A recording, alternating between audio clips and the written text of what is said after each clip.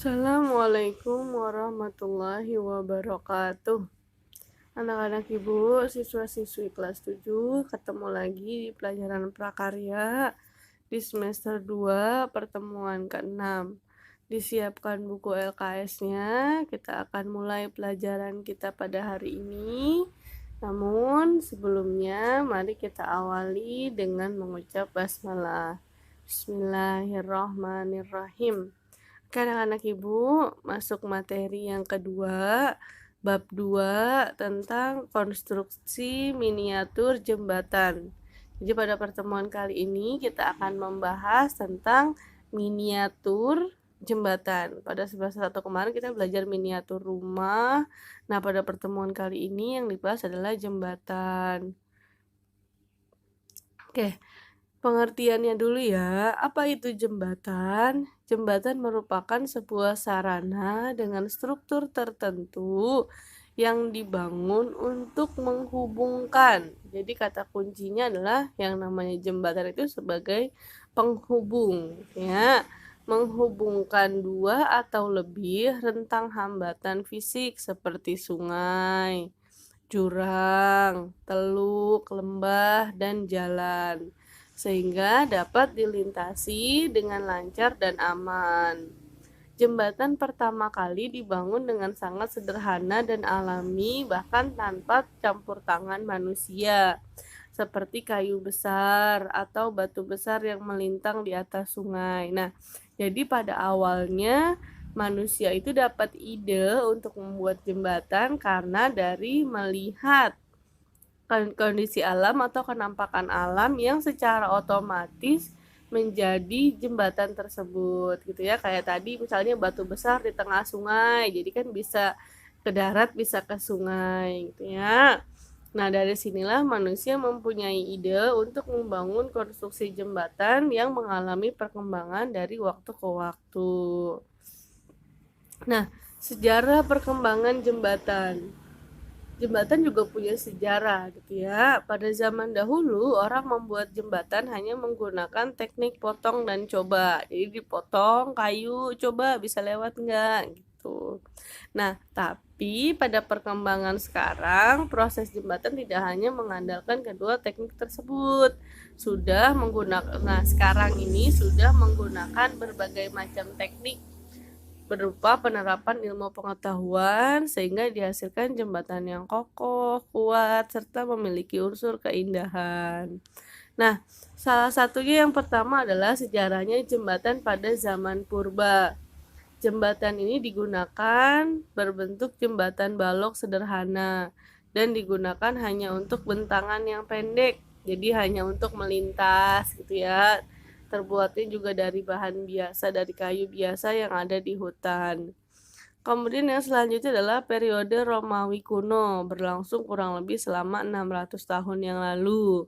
Pada zaman ini, jembatan yang dibangun telah menggunakan kayu, batu, dan beton, namun bentuknya masih sederhana, masih sama kayak zaman purba, masih bentuk lengkung gitu ya.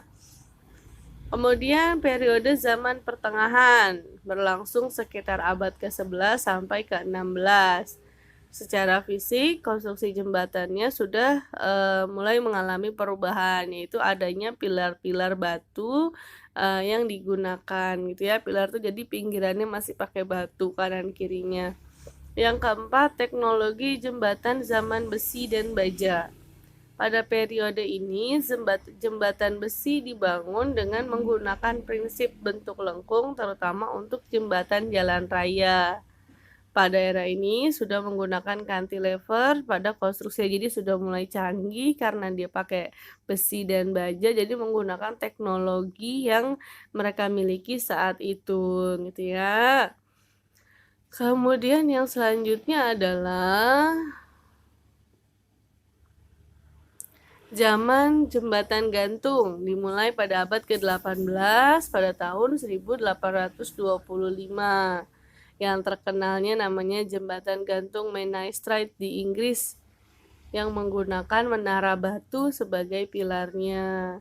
Selanjutnya zaman jembatan cable stay. Ini adanya terkenalnya di Eropa. Kemudian zaman jembatan beton Beton tuh berarti dari pasir, batu yang dicor jadi satu gitu ya. Mulai terkenal sejak tahun 1865 dengan bentang terpanjang yang pernah dicapai 78 meter.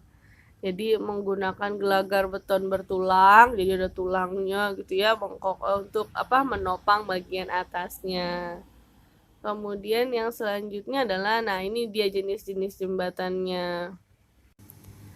Jenis jembatan yang pertama namanya jembatan kayu, yaitu jembatan yang dibangun dengan material kayu sebagai bahan dasar pembuatannya. Jadi asalnya kayu gitu ya, bambu, kayu.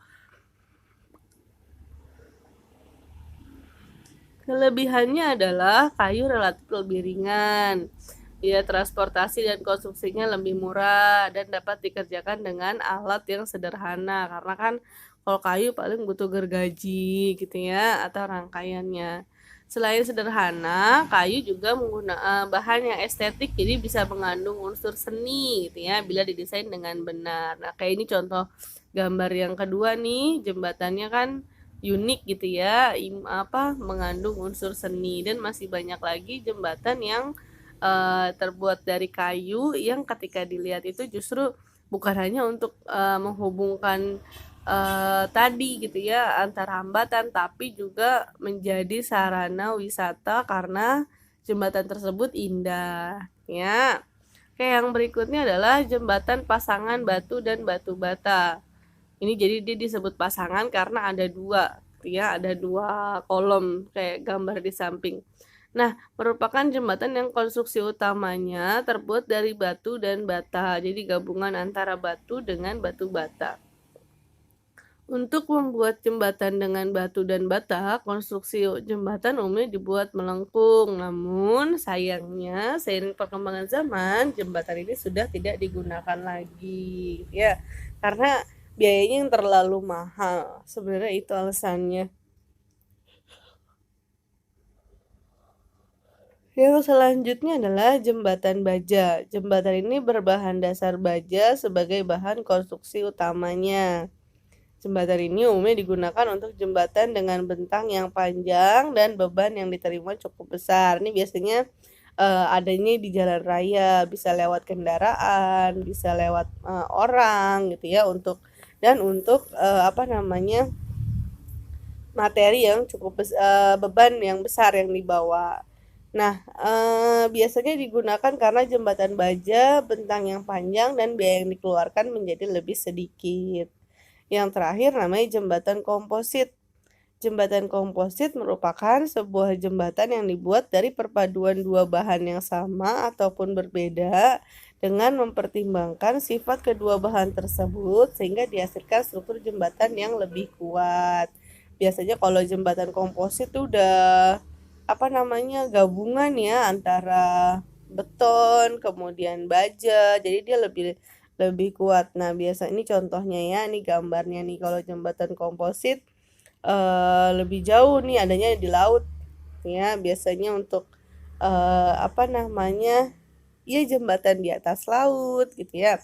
Kalau jembatan baja kan paling untuk di atas sungai atau untuk di jalan raya gitu ya. Kalau komposit dia lebih besar ininya jangkauannya. Oke anak-anak ibu, itu materi kita pada pertemuan kali ini. Berikut ada 5 latihan soal yang harus dikerjakan. Ibu akan mencoba membacakan dan membantu kalian untuk menjawab. Yang pertama, apakah yang dimaksud dengan miniatur? Miniatur itu rekayasa konstruksi yang kita buat sebelum kita menciptakan sebuah hasil karya konstruksi. Jadi kita buat dulu duplikasinya atau rekayasanya, rangkaiannya tadi sebelum kita membuat konstruksinya. Nah, nanti kata-katanya bikin sendiri ya. Kemudian yang kedua, tuliskan 3 fungsi jembatan. Fungsi jembatan yang pasti yang pertama adalah sebagai penghubung. Kemudian yang kedua tadi apa? Sebagai sarana sebagai sarana sebagai tempat untuk memberikan nilai keindahan gitu ya, estetika. Yang ketiga, cari sendiri. Yang ketiga, tuliskan 3 macam jembatan. Jadi jembatan kan macam-macam. Ada jembatan sungai, ada jembatan penyeberangan orang, ada jembatan di jalan raya. Nah, itu contoh-contohnya.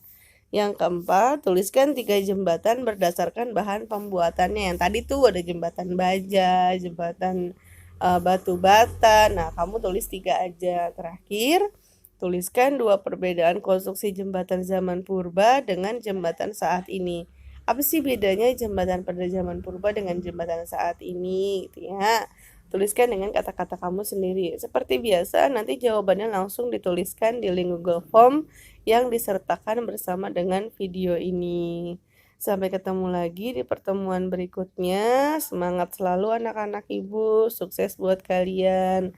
Terima kasih. Assalamualaikum warahmatullahi wabarakatuh.